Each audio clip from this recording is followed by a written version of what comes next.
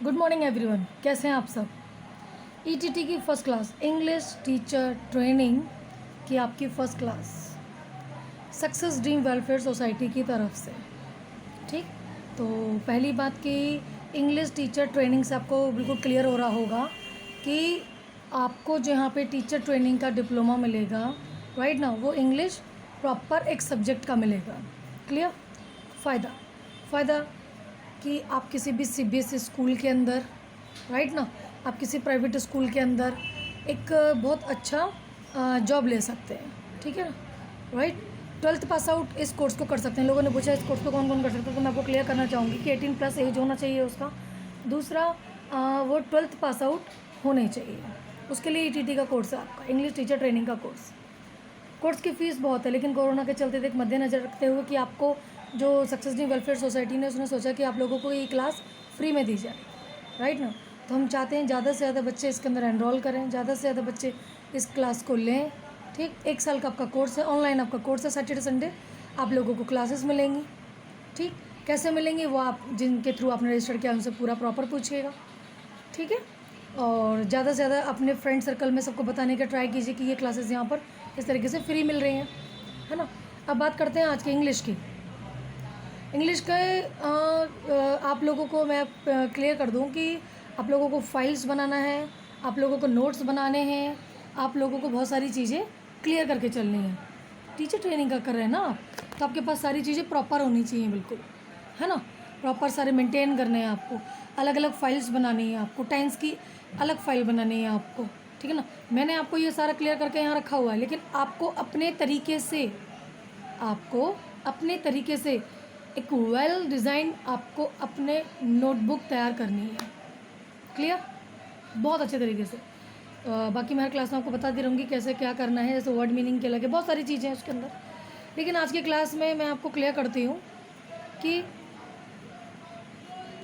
Present indefinite tense के बारे में मैं आपको बता रही थी कि प्रेजेंट डेफिनिट टेंस, राइट ना, प्रेजेंट अभी की जो बात हो रही है, जैसे मैं खाना खाता हूँ, मैं पानी पीता हूँ, राइट ना, ये सारी चीज़ें कि मैं खाना खाता हूँ, मैं पानी पीता हूँ, वह जाता है, ठीक है ना, वह मेरे कपड़े धोती है, राइट ना, मैं पूजा करता हूँ, ठीक है ना, ये सारी चीज़ें मतलब ता है, ती है, ते हैं, लास्ट में आता है। आप इंग्लिश टीचर ट्रेनिंग का कोर्स कर रहे हैं यहाँ से, तो मैं चाहती हूँ कि आप लोग जो भी एग्ज़ाम्पल सेट करें इसके अंदर, या अपनी अभी तो रफ में कीजिएगा, जो भी आप इसके अंदर एग्ज़ाम्पल सेट करते हैं वो एग्ज़ाम्पल प्लीज़ सेट करें ना, तो उसमें सिंपल से सिंपल बनाने का कोशिश ना करें। वह जाता है, एक लाइन में बनाइए। दूसरा, वह बाज़ार जाता है, ठीक है ना, मतलब तो मीन्स यही सारे एग्जांपल देते हुए आप लोगों को रेडी करना है। प्रेजेंट डेफिनेट की बात करते हैं तो मेन वर्ब है इसके अंदर। मेन वर्ब मीन्स कि ता है, ती है, ते हैं, एंड होता है इससे। और फॉर अफर्मेटिव सेंटेंस की बात करें तो रूल्स हमने बनाया हुआ है कि सब्जेक्ट प्लस वर्ब की फर्स्ट फॉर्म में एस और एस लगेगा, object plus other verb, right. I know आप लोगों ने 12th किया हुआ है तो बहुत सारी चीज़ें आप लोगों को ऑलरेडी क्लियर होंगी, सारी चीज़ें होंगी, लेकिन यहाँ पे आपको जो मेंटेन करके दे रही हूँ, आपको प्रॉपर तरीके से अपने फाइल्स के अंदर वो सारी चीज़ें रखनी है। प्रेजेंट डेफिनेट टेंस, जैसे मोहन आंगन में खेलता है, it is affirmative sentence, simple sentence, right. Mohan subject, Mohan plays in courtyard आंगन, राइट ना। अब ये एस और एस कहाँ लगाना है, कहाँ नहीं लगाना है, कैसे लगाना है, वो आपको क्लियर कर देती हूँ। मेन वर्ब जब एंड होता है O S S S H और उसका कॉन्सोनेंट या प्लस वाई, राइट ना, जैसे सी आर वाई क्राई, है ना, राइट ना, सी आर वाई क्राई, तो जो वाई आएगा वो आई ई एस लगा के आएगा। वाई को जब हटाएंगे तो हम आई ई एस लगाएंगे, अदरवाइज ओ एस एच के साथ केवल ई एस, ठीक है ना। बट जब मेन वर्ब एंडिंग होता है विथ वॉवेल वाई के साथ, तो केवल हम वहाँ पर एस को लगाएंगे, जैसे से एस ए वाई एस, ये कॉन्सोनेंट वाई के साथ है। आर क्या है, कॉन्सोनेंट। से में ए क्या है, वॉवेल है। तो याद रखिए कि किस वाई के साथ आई ई एस लगाना है और किस वाई के साथ केवल एस लगाना है। फिर आपको मैं क्लियर कर रही हूँ, मैंने आपको यहाँ लिख दिया, लेकिन आपको पॉइंट बना के इसको पूरा नोटेट करना है। क्लियर। दूसरी बात हम यहाँ पर करते हैं आई वी यू दे या कोई भी प्लॉरल, आपको एस और ई एस नहीं लगाना है वर्ब के अंदर। क्लियर? ठीक।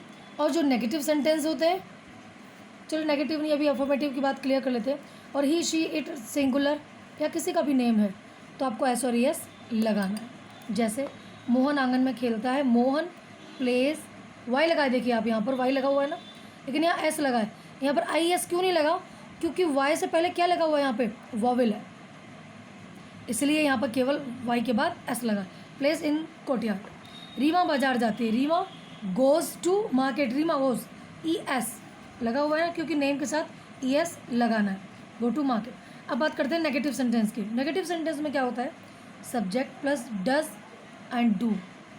हम यहाँ पर ये यूज़ करेंगे, वो डज एंड डू का यूज़ करेंगे, प्लस नॉट प्लस वर्ब की first form plus object then other verb. जैसे मैं आपको बोलूँ कि मोहन आंगन में नहीं खेलता है, नहीं खेलता मीन्स यूज़ नॉट, लेकिन आई वी यू दे और कोई प्लूरल तो आपको डू लगाना है। ही शी इट सिंगुलर और किसी का नेम है तो आपको डज लगाना है।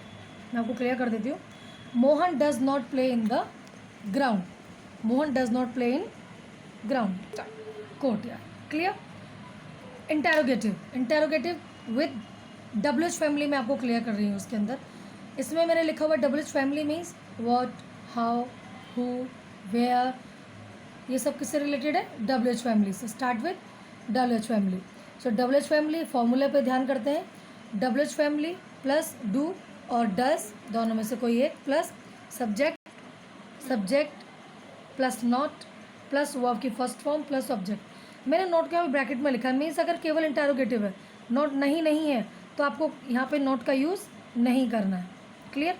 और इंटेरोगेटिव नेगेटिव है तो आप लोगों को सब्जेक्ट के साथ नोट लगाना है। ठीक? जैसे Mohan, object plus other word plus question mark. Interrogative में अगर आप क्वेश्चन मार्क नहीं लगाते हैं, मार्क्स कटते हैं। याद रखिएगा कि मैंने जल्दी में पेपर किया और मैंने जल्दी में लिख दिया कि यहाँ पर क्वेश्चन मार्क लगाना भूल गई, अरे जरा सी तो मिस्टेक है। अरे वो जरा सी मिस्टेक नहीं है ना, क्वेश्चन मार्क ज़रूर लगाना है। मोहन आंगन में क्या खेलता है? मैंने ये नहीं पूछा क्या मोहन आंगन में खेलता है, मैंने बोला है कि मोहन आंगन में क्या खेलता है। What does Mohan play in courtyard, right? What does Mohan play in courtyard. लेकिन अगर गाइस यहाँ पे ये लिखा होता कि क्या मोहन आंगन में खेलता है तो हम क्या बनाते? मैंने यहाँ पे कोई फॉर्मूला लिखा नहीं है वाला, तो है ना, कि क्या मोहन आंगन में खेलता है, तो क्या यही बनता? व्हाट लगता है? No no no no. Do या डज, इन दोनों में से कोई एक अकॉर्डिंग टू सब्जेक्ट आप पहले लगाते। चलिए मोहन की ही बात कर लेते हैं कि क्या मोहन आंगन में खेलता है, तो आप लिखते डज, व्हाट हटा दीजिए, does Mohan play in courtyard. क्या मोहन आंगन में खेलता है। लेकिन यहाँ पे एक चीज़ का प्लीज़ ध्यान रखिएगा आप लोग कि जो अगर क्या पहले लगा रहे हैं आप, तो डज में जो डी है ये आपको कैपिटल लिखना है। ये तो आपको पता है कि फर्स्ट लेटर कैपिटल ही होता है। ठीक है?